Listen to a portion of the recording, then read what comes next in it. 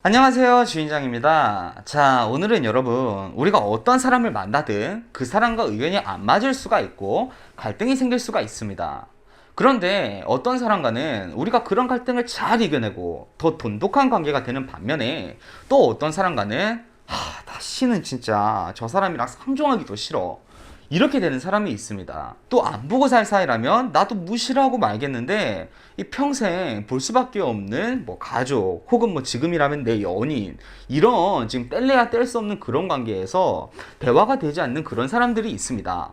그런 반대 입장에서 그걸 참 어떻게 할 수도 없고 굉장히 감정적으로 상처가 쌓이다가 그게 깊어지고 깊어져서 관계가 망가지고 심지어 가족 간에도 관계가 끊기는 경우들이 생기곤 합니다. 이런 경우 잘 생각해 보면요, 서로를 생각하는 마음은 그렇지 않을 수 있는데 서로 표현을 하는 이 방식의 차이로 인해서 이런 나쁜 일에 우리가 마주해야 하는 상황이 생기는 거거든요. 적어도 여러분만큼은 타인에게 이런 사람이 되질 않길 바라면서 최악의 대화 유형들 골라오도록 하겠습니다. 자, 먼저 여러분이 아셔야 하는 게, 말투와 말을 하는 개념은 다른 겁니다. 말투는 같은 말을 하더라도 그 가치를 달리할 수 있는 디테일한 표현이 우리의 말투인 것이고, 말의 개념이라 함은 우리가 이 사람의 생각을 엿볼 수 있게 되는 메시지의 의미를 말의 개념이라고 볼 수 있는 겁니다. 쉽게 말해서 얜 말하는 뻔세가 왜 이래? 이런 게 말투인 거고, 와, 얘는 대체 어떤 생각을 하기에 이런 말들을 하는 걸까? 이런 게 말의 개념이라고 생각하시면 되고요.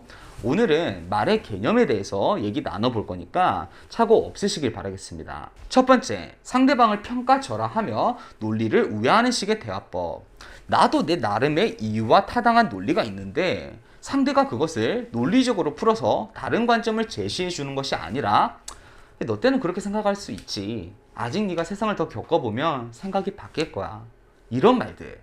물론 여러분, 이렇게 표현하는 경우가, 이런 말을 하게 되는 배경이 나 또한 그 사람이 말하는 논리에 논리적으로 얘기하기가 어려울 수가 있고, 나도 생각이 정리가 되어야 어떤 말들을 할 텐데 그렇지 않을 수가 있겠죠. 하지만 이 말이 상대방에게 미치는 영향을 생각을 한다면 이 말은 정말 하지 않으니만 못한 말이 되는데, 그 이유가 뭐냐면, 대부분 우리가 어떤 주장을 펼칠 때는요, 내 입장에 상대방이 공감해 주길 바랍니다.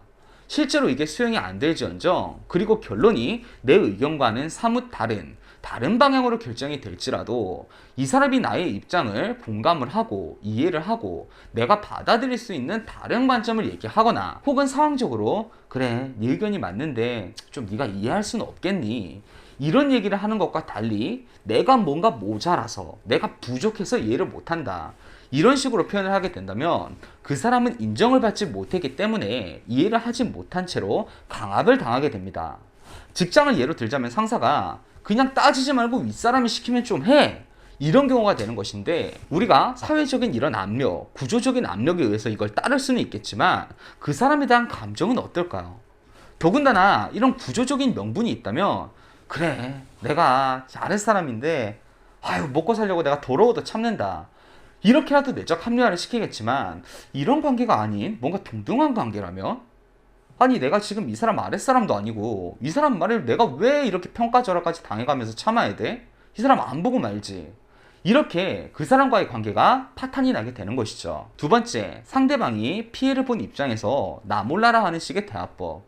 그래서 지금 어떡 하자는 건데, 지금 지나서 어쩔 수 없는 일이잖아, 아니 그래서 지금 뭐 어쩌라고, 이런 식의, 그래, 네가 피해를 본 건 알겠지만 지금 상황에서 어쩔 수 없으니까 네가 감당해, 나도 내가 잘못한 부분이 있는 거 알지만 어쩔 수 없잖아 지금, 그러니까 나한테 감정적으로 귀찮게 이러지 마, 이런 대화법입니다. 따로 진짜 부연 설명 필요 없을 정도로 사실 우리가 이런 대화법들을 들으면 화가 나죠.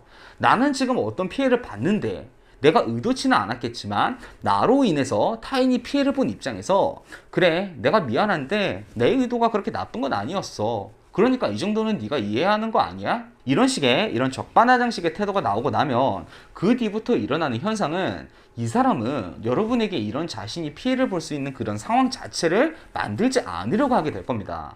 쉽게 말해서 여러분이랑 멀어지는 것이죠. 자꾸 가까이 뒀을 때 피해가 발생을 하고, 피해를 발생했을 때 감정적인 책임을 지려고 하는 것이 아니라, 벌어진 일에 대해서는 어쩔 수 없으니 너가 지금 피해본 건 알겠지만 나한테는 피해 주지 마, 이런 태도이다 보니까 이 사람 입장에서는, 그래, 네가 피해를 본 건 알겠지만 지금 상황에서 어쩔 수 없으니 너가 지금 피해본 건 알겠지만 나한테는 피해 주지 마, 이런 태도이다 보니까 이 사람 입장에서는, 그래, 네가 피해를 본 건 알겠지만 지금 상황에서 어쩔 수 없으니 너가 지금 피해본 건 알겠지만 나한테는 피해 주지 마, 이런 태도이다 보니까 이 사람 입장에서는 이 사람과 내가 멀어지는 것밖에 할 수 있는 게 없구나. 이런 결정이 날 수밖에 없는 겁니다.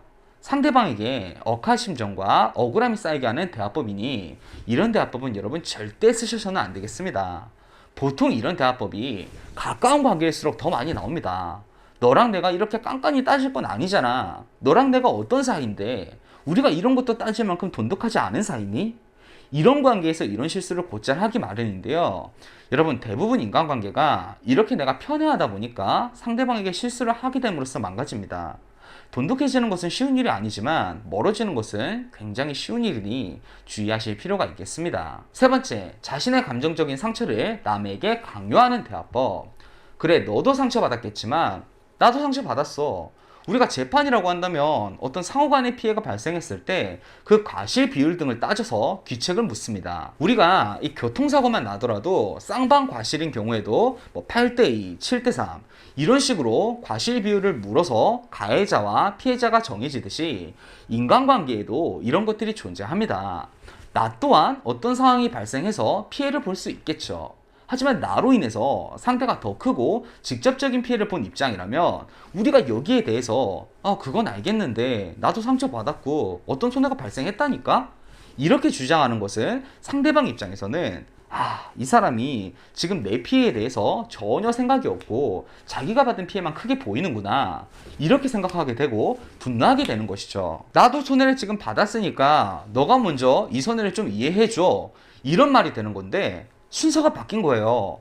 내가 상대에게 더 큰 손해를 끼쳤다면 내 손해는 정말 그 우선순위를 뒤로 미뤄두고 상대방에게 제대로 사과를 건네는 것이 우선인 것이지, 그래 미안한데 나도 이런 손해가 생겼어, 그래 나도 미안한데 라는 말로 가볍게 넘어가고 내 손해에 대해서 주장하는 대화법은 정말 상대방이 나를 포기하게 만드는 대화법이 되는 것이죠. 연인 관계에서도 마찬가지로 내가 상대방과 약속 시간을 어겨서 상대방이 3시간이나 시간적인 손해를 봐서 상대방이 기분이 안 좋은 와중에 아니 내가 늦은 건 미안한데 나도 오늘 나오느라 부모님 눈치 보고 급하게 오다가 발도 접질렀거든? 네가 나 사랑한다면 내가 다쳤는데 이거 먼저 생각해줘야 되는 거 아니야? 이렇게 주장해서는 안 된다는 겁니다.